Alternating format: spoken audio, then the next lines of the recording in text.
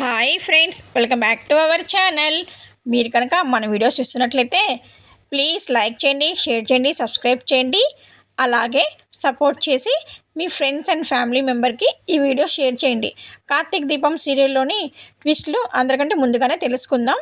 ఇప్పుడు కథలోకి వెళ్దాం.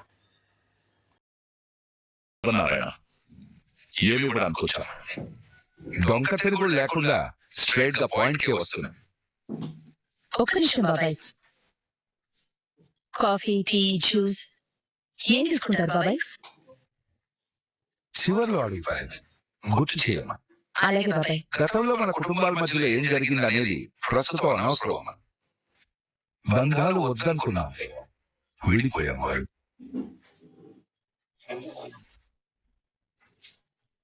మీరెప్పుడు ఎదురుపడనంత దూరంగా వచ్చేసి నేను వ్యాపారం మొదలు పెట్టాను. ఇప్పుడు నేనేంటో, నా స్థాయి ఏంటో నా చేతిలో ఓడిపోయిన మీకు బాగా తెలుసు. ఏం జరిగిందో తెలియదు, ఏమనుకున్నారో తెలియదు. మళ్ళీ నా ఇంటికి వచ్చాడు. ఇతను నా స్నేహితుడు కాదురా, నా శత్రువు. నా ఆఫీస్కి వచ్చాను. ఎందుకు వచ్చావు? నా రెస్టారెంట్ ముందే రెస్టారెంట్ ఓపెన్ చేశారు. నువ్వెక్కడెక్కడ బ్రాంచులు పెట్టావో అక్కడక్కడ నీకు పోటీగా కొత్త బ్రాంచ్లు ఓపెన్ చేశాను. పోటీకి వచ్చారు, పోటీకి దింపారు. నీ మీద గెలిచే దమ్ము నాకుంది, నన్ను ఓడించే దమ్ము నీకుందా? మన ఇద్దరిలో ఎవరు గొప్ప పోటీలోనే తెలుసుకుందాం. ఇష్టం లేకపోయినా నా కోడల కోసం సరే అన్న. నా మెట్టినింటి పౌరుషం ఏంటో ఆ ఇంటి మనుషులకు తెలియాలి. మావయ్య గారు, ఈ పోటీలో మనం పాల్గొంటున్నాం. అక్కడ కూడా నిజాయితీని గాలికి వదిలేసి మీరు ఇంకా పాత మనుషుల్లాగా మిగిలిపోయారని నిరూపించారు. అందుకు మీరు నాకు థ్యాంక్స్ చెప్పండి బాబాయ్. మీరు నమ్మిన మనుషుల్లో నిజాయితీ లేదని నా డబ్బుతో నిరూపించాను. ముందు నన్ను పూర్తి చేయమ్మా. నీకు చేయాల్సిన మర్యాద కూడా వేరే ఉంది. గౌరవం తీసుకోవడమే కాదు, ఇవ్వడం కూడా తెలియాలి. అవునవును, గౌరవం గురించి నువ్వు చాలా గౌరవంగా చెప్పావు. ముందు నన్ను పూర్తి చేయు. నువ్వు అడిగిన గౌరవం నీకు ఇచ్చే వెళ్తాను. పోటీ అయిపోయింది, ఓడిపోయారు. ఏ ముఖం పెట్టుకుని ఎదురుపడతారు, మళ్ళీ నా జోలికి రారేమో అనుకున్నాను. నా అంచనాన్ని అబద్ధాలు చేస్తూ ఉదయాన్నే నా కూతురింటికి నీ కోడల్ని పంపించావు. నేనే వచ్చాను బాబాయ్. నువ్వు వచ్చావా లేదా మీ మామగారు పంపించారా అనేది నాకు అనవసరం అమ్మా. రావాల్సిన పనేంటి? కాంచనని చూడాలనిపించింది. ఫ్రూట్స్ ఇవ్వాల్సిన అవసరం ఏంటి? పొట్టి చేతులతో నేను ఎవరింటికి వెళ్ళను. బ్లాక్ చెక్ ఇవ్వాల్సిన అవసరం ఏంటి?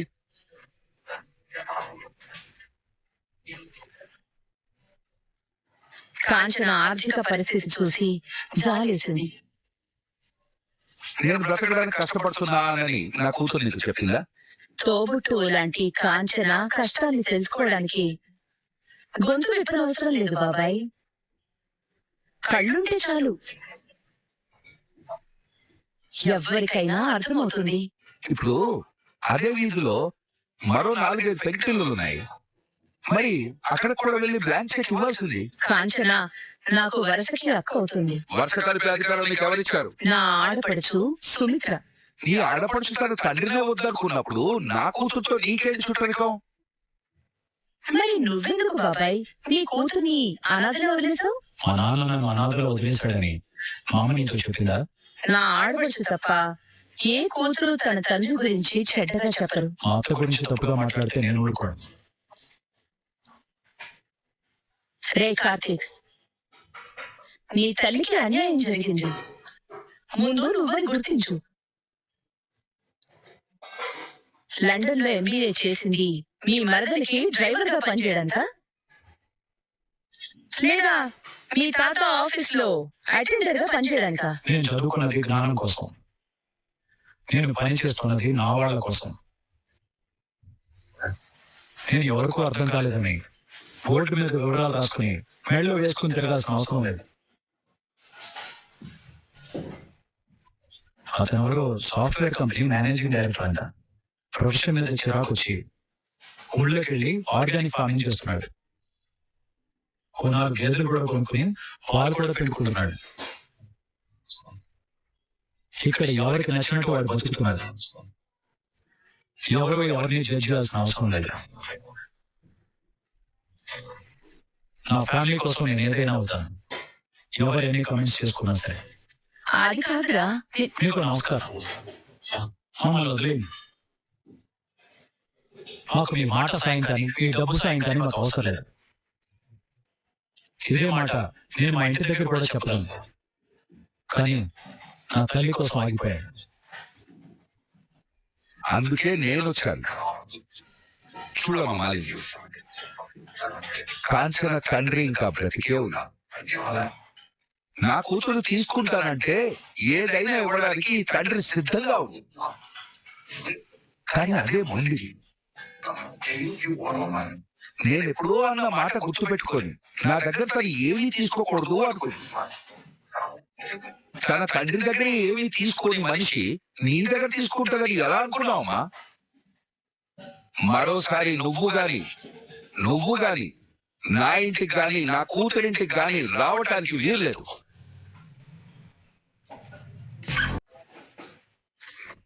అయినా నా కూతురి బతుకు గురించి మాట్లాడడానికి నువ్వెవరు? తన భర్త గురించి మాట్లాడటానికి నువ్వెవరు? అడిగేవారు ఎవరు లేరనుకున్నావా? అడగడానికి ఎవరు రారనుకున్నావా? ఏదో ఆవేశంలో వచ్చి అజ్ఞానంతో మాట్లాడావు కాబట్టి మరోసారి ఇలాంటి పని చేయొద్దని చాలా మర్యాదగా చెప్పడానికి వచ్చారు. మనం కలవడం ఇదే ఆఖరిసారి కావాలని కోరుకుంటున్నా. నీ కోరిక మన్నించడానికి తదాస్తు దేవతలేమి మా ఇంటి పైన తిరగట్లేదు శివనారాయణ. ఇద్దరిని వెనకేసుకొచ్చావంటే గొడవకే అనుకున్నా. వాళ్ళు నా వాళ్ళు. వీడంటే నా మనవడు. మరి ఆ అబ్బాయి ఏమవుతాడని తీసుకొచ్చావు?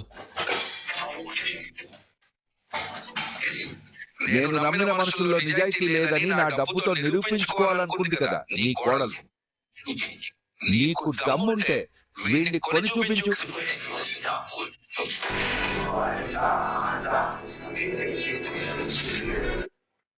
అవసరం లేదు. ఇదే మాట నేను మా ఇంటి దగ్గర కూడా చెప్పగలను. కానీ నా తల్లి కోసం ఆగిపోయాను.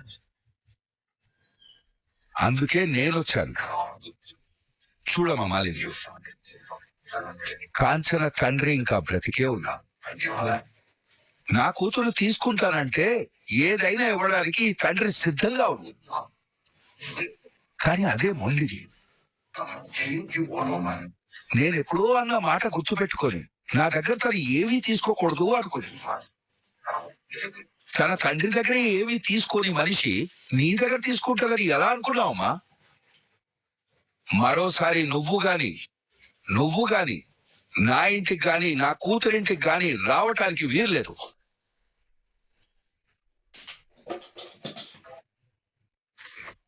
అయినా నా కూతురి బతుకు గురించి మాట్లాడటానికి నువ్వెవరు?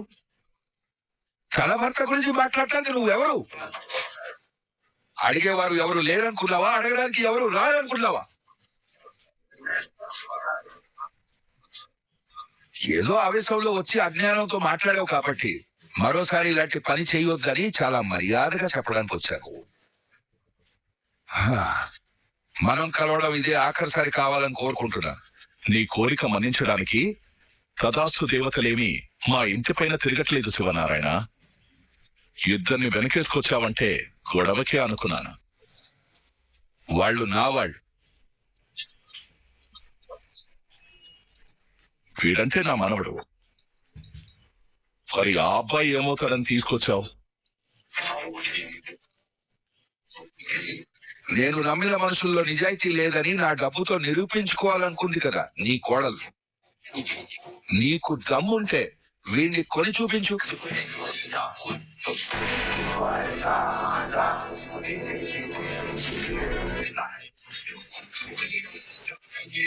నా నమ్మకానికి రూపం నా మనవడు కార్తీక్ అయితే, నా నిజాయితీకి రూపం నా మనవడి లాంటి సూరజ్.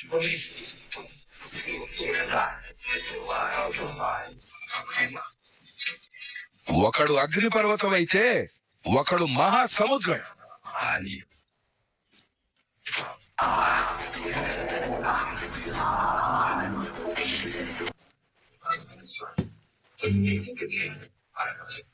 దేశంలో రాజధాని గుర్తింపు ఉన్నప్పుడు అక్కడున్న కట్టడాల్ని ల్యాండ్ మార్కులు చేస్తారు. వీళ్ళే శివనారాయణ ల్యాండ్ మార్క్స్.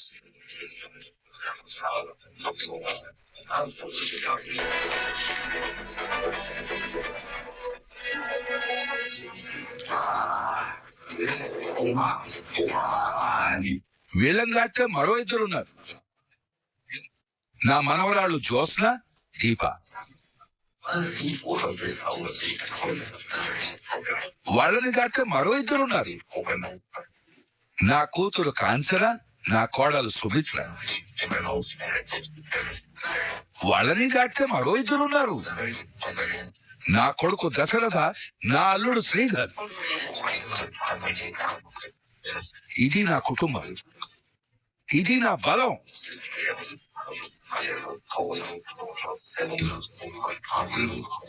అవమానించడానికి వచ్చి అవమానం పడకండి. మర్యాదగానే వచ్చాను, మర్యాదగానే వెళ్తున్నాను. కార్తీక్,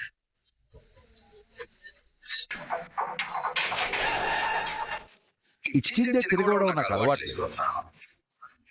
ఎంతైనా రాసుకోని నా కూతురికి బ్లాంక్ చెక్ ఇచ్చావు కదా. నువ్వు దాని మీద ఏం రాసుకున్నా పై చేయి నాదే ఉంటుంది.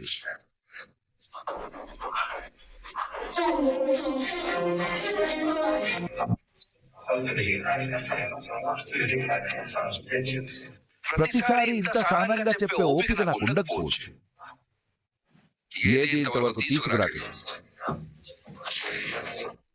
వెళ్ళేటప్పుడు వెళ్ళొస్తామంటారు కదా, మళ్ళీ వచ్చే ఉద్దేశం నాకు లేదు. వెళ్తాను. ఒక విషయం మర్చిపోయా. ఏం తీసుకుంటావు బాబాయ్ అని అడిగితే చివర్లో చెప్తానన్నాను కదా. చెప్పకుండా వెళ్ళిపోతే బాకీగా ఉండిపోతుంది. చెప్పే వెంట ఏం కావాలని అడిగావు కదా.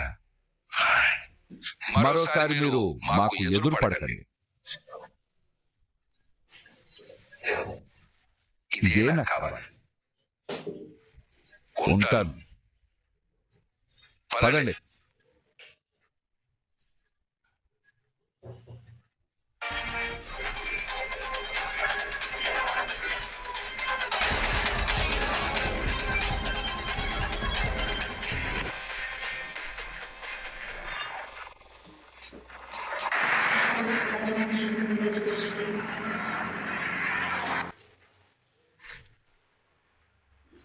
మాలిని మీ ఇంటికి వచ్చిందా?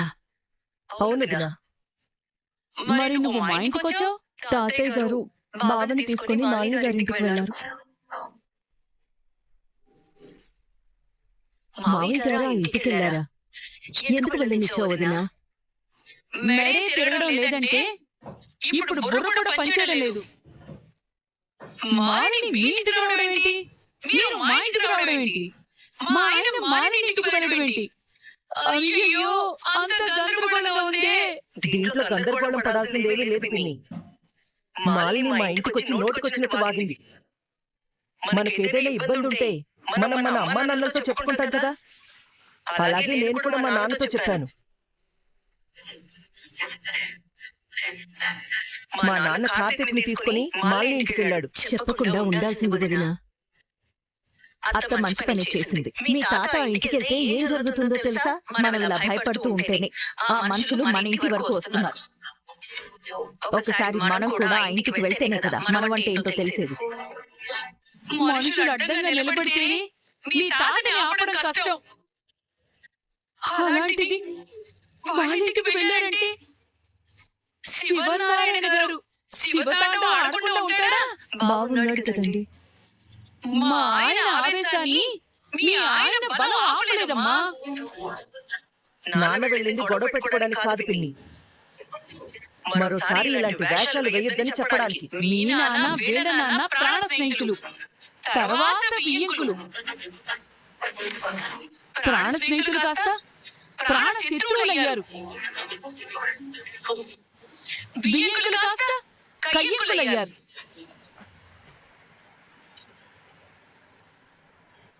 ఎదురు పడితే కులాసాగా కూర్చుని కొబ్బరి బోండం తాగుతూ మాట్లాడుకుంటారా? మాటలతోనే కొట్టుకుంటారు. మీరు అన్నది నిజమే. కానీ తాతయ్య గారికి ఎప్పుడు వాళ్ళు కావాలని మనల్ని రెచ్చగొట్టి ఇంటికి రప్పించుకుంటున్నారు. రప్పించుకున్నారు. ఇంతకీ నువ్వెందుకు వచ్చావు కాంచనా? నాన్న రమ్మన్నాడు. ఎందుకు? తెలీదు. నువ్వు దీపం తీసుకుని మన ఇంటికి రా, అందరినీ ఇంటి దగ్గరే ఉండమను అని చెప్పాడు. అందరినీ ఇంటి దగ్గరే ఉండమన్నాడు అంటే అయ్యయ్యో, అక్కడేదో పెద్ద గొడవ జరిగి ఉంటుంది.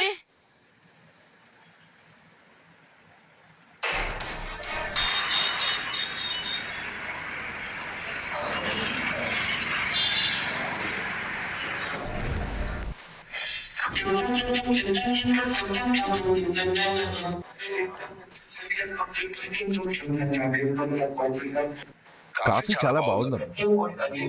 కాఫీకి వీళ్ళు ఎక్కడ తీసుకుంటున్నారు? ఆన్లైన్ లో ఆర్డర్ చేసాం మావయ్య గారు. పోనీ మంచి కాఫీ గింజలు ఎక్కడ దొరుకుతాయో మీ మామగారిని తీసుకెళ్లి కొను సుమిత్ర. పర్యాటం. లేకపోతే ఏంటండి, మీరు మాలిని ఇంటికి వెళ్ళారని తెలియగానే మరో ప్రపంచ యుద్ధం మొదలైంది. ఏ వార్త వినవలసి వస్తుందని మేం టెన్షన్ పడుతుంటే మీరు వచ్చి కూల్గా కాఫీ తాగుతూ కాఫీ గింజలు ఎక్కడ తీసుకుంటున్నారో అని అడుగుతున్నారా? అయ్యో, ముందు అక్కడ ఏం జరిగిందో చెప్పరా? ఏం జరిగిందో చెప్పు బావ. మన అవసరాల్ని అవకాశంగా తీసుకొని మనకే విలువ కట్టే వాళ్ళకి ఎలా బుద్ధి చెప్పాలో అలాగే బుద్ధి చెప్పాను. అయినా రాసుకోని నా కూతురికి బ్లాంక్ చెక్ ఇచ్చావు కదా, నువ్వు దాని మీద ఏం రాసుకున్నా పై చేయి నాదే ఉంటుంది. మరోసారి మీరు మాకు ఎదురు పడకండి. బుద్ధి చెప్పాను కాబట్టి వాళ్ళు మన జోలికి రారు అనుకోవడం పొరపాటు. ముందు మన ఇంటికి వచ్చారు, తర్వాత ఆఫీస్కి వచ్చారు, ఇప్పుడు కాంచన ఇంటికి వచ్చారు. ఆ తర్వాత ఇంకెవరినైనా కలవచ్చు. వాళ్ళ జీవిత లక్ష్యం నా మీద గెలవడమే కాదు, నన్ను నాశనం చేయాలని.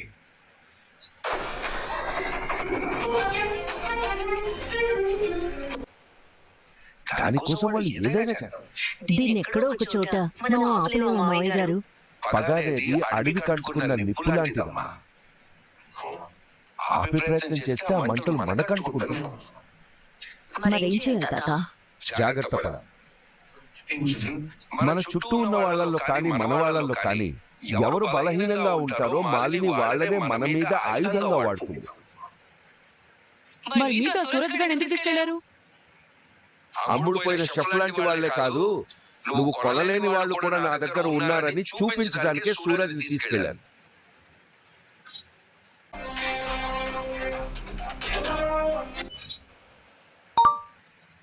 ఇప్పుడు నేను మీ అందరికి మాట చెప్తాను, జాగ్రత్తగా వినండి.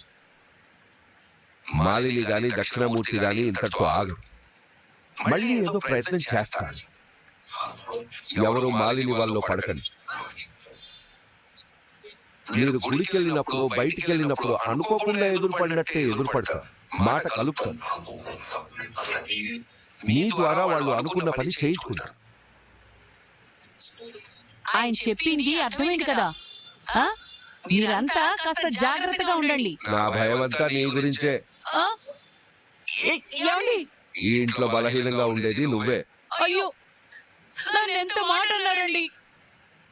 మెడకి పట్టి ఉందని ఆగిపోయాను కానీ కాంచన జరిగింది చెప్పగానే చీపురు కట్ట తీసుకుని పరిగెత్తుకుని రావాలనుకున్నాను. ఎందుకు? ఊడవడానికా? మాలిని దుమ్ము దులపడానికి. నువ్వు అలాంటివి ఏమి చేయాల్సిన అవసరం లేదు, జాగ్రత్తగా ఉంటే చాలు. నా జోలికి వచ్చింది అనుకోండి, దబిడి దిబిడే. మనం గొడవలు కోరుకునే వాళ్ళం కాదు. మీరు కోరుకోకపోవచ్చు, కానీ మీ వరకు వస్తే సమాధానం గట్టిగానే చెప్పాలండి. అవును బ్రదర్, మనం ఎవరి ముందు తగ్గుండాల్సిన అవసరం లేదు. ఇది చెప్పడానికి కాంచన ఇంటికి రమ్మన్నారా? శ్రీధర్ వస్తున్నాడని చెప్పడానికి రమ్మన్నారు.